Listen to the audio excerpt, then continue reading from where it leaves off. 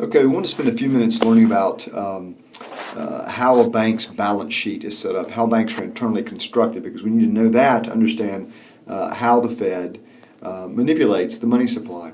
Let's pretend that we were going to start a rental house business, and the house cost $100,000. A balance sheet lists on the left assets, and our asset would be our $100,000 house.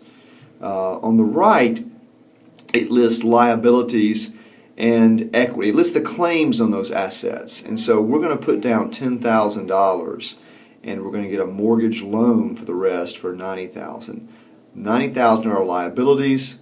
$10,000 are our equity, or our net worth, the amount of the $100,000 that we claim. We're going to apply this model to banking. All right, we're going to open a bank, and we're going to get investors to invest $250,000. They're going to own the bank, and so their investment is worth $250,000. Stock shares, that's also another form of equity. And our assets are going to be, right now, just $250,000 in cash. Notice that each side equals the same amount. The assets have to equal the amount of the claims on the assets. That's why we call this a balance sheet. Now we're going to invest some of that $250,000 in cash. We're going to build a little bank or buy a trailer. We're going to buy some equipment. And at the end of that initial phase, we're going to have spent all but $10,000 in the cash. Notice that our assets are still $250,000. We value the property at what we paid for it. And over here, of course, we have no liabilities yet. We're still all equity, all net worth at $250,000.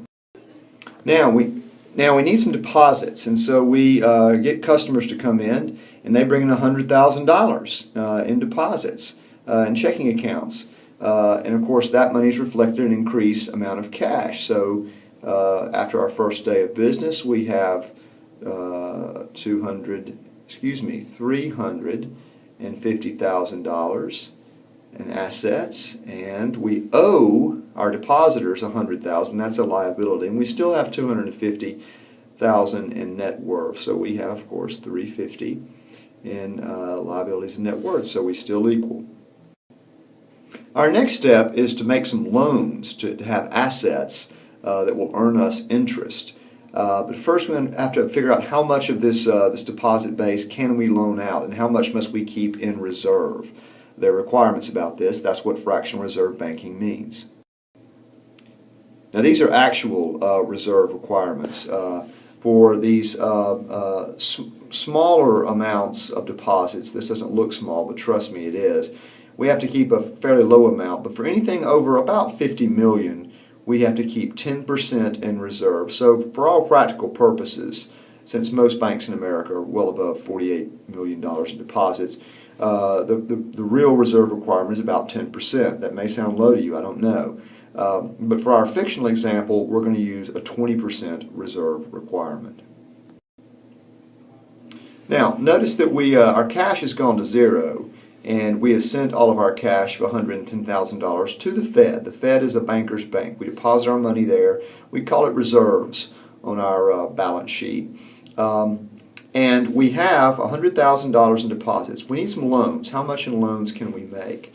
Well, we have to keep 20% of $100,000, and that, of course, is $20,000. We have, however, over here, $110,000, so we have $90,000 extra. That's how much in new loans we can make.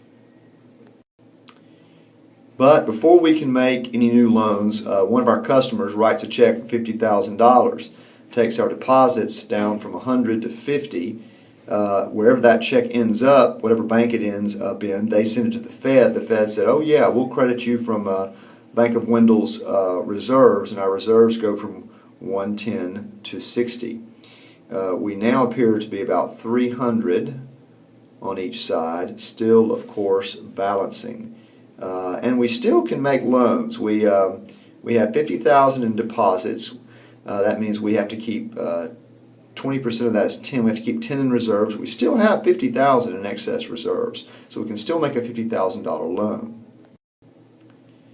We find a credit-worthy customer, and he wants a business loan, and so we give him a business loan of $50,000. And notice that now we have a new category over here, loans, and that's exciting because we have an asset that is earning us interest. That's the purpose of banking. Notice that we just added a loan category over here and put the money in a checking account for him.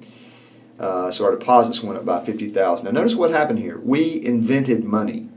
We just did an entry on a balance sheet on each side to make it balanced. We didn't actually go dig up gold, but by increasing checkable deposits, M1 money, money that he can go spend, we have created money. When banks make loans, they create money. Just like the goldsmith created money when he wrote a gold certificate for gold that he didn't have.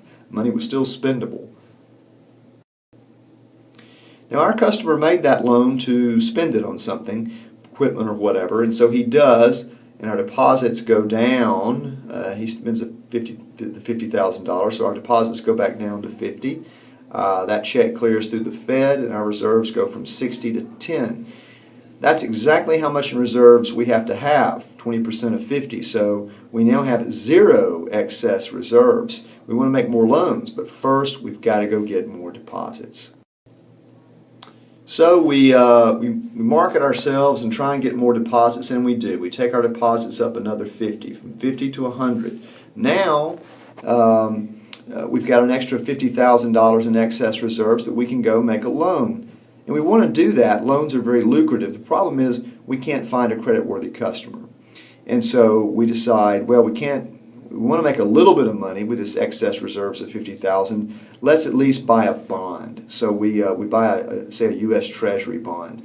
And now we have another interest-earning asset over here on our asset side. They don't earn as much interest as loans. We prefer a loan, but if we can't find one that we know is going to be paid back, we'll at least earn some money by investing in bonds. And this is basically how banks make money. They'll keep getting deposits, and they will use those to preferably make loans, or if not, buy bonds. And the money they earn on the bonds and loans generally exceeds what they have to pay in expenses and on interest to depositors, and it's very lucrative.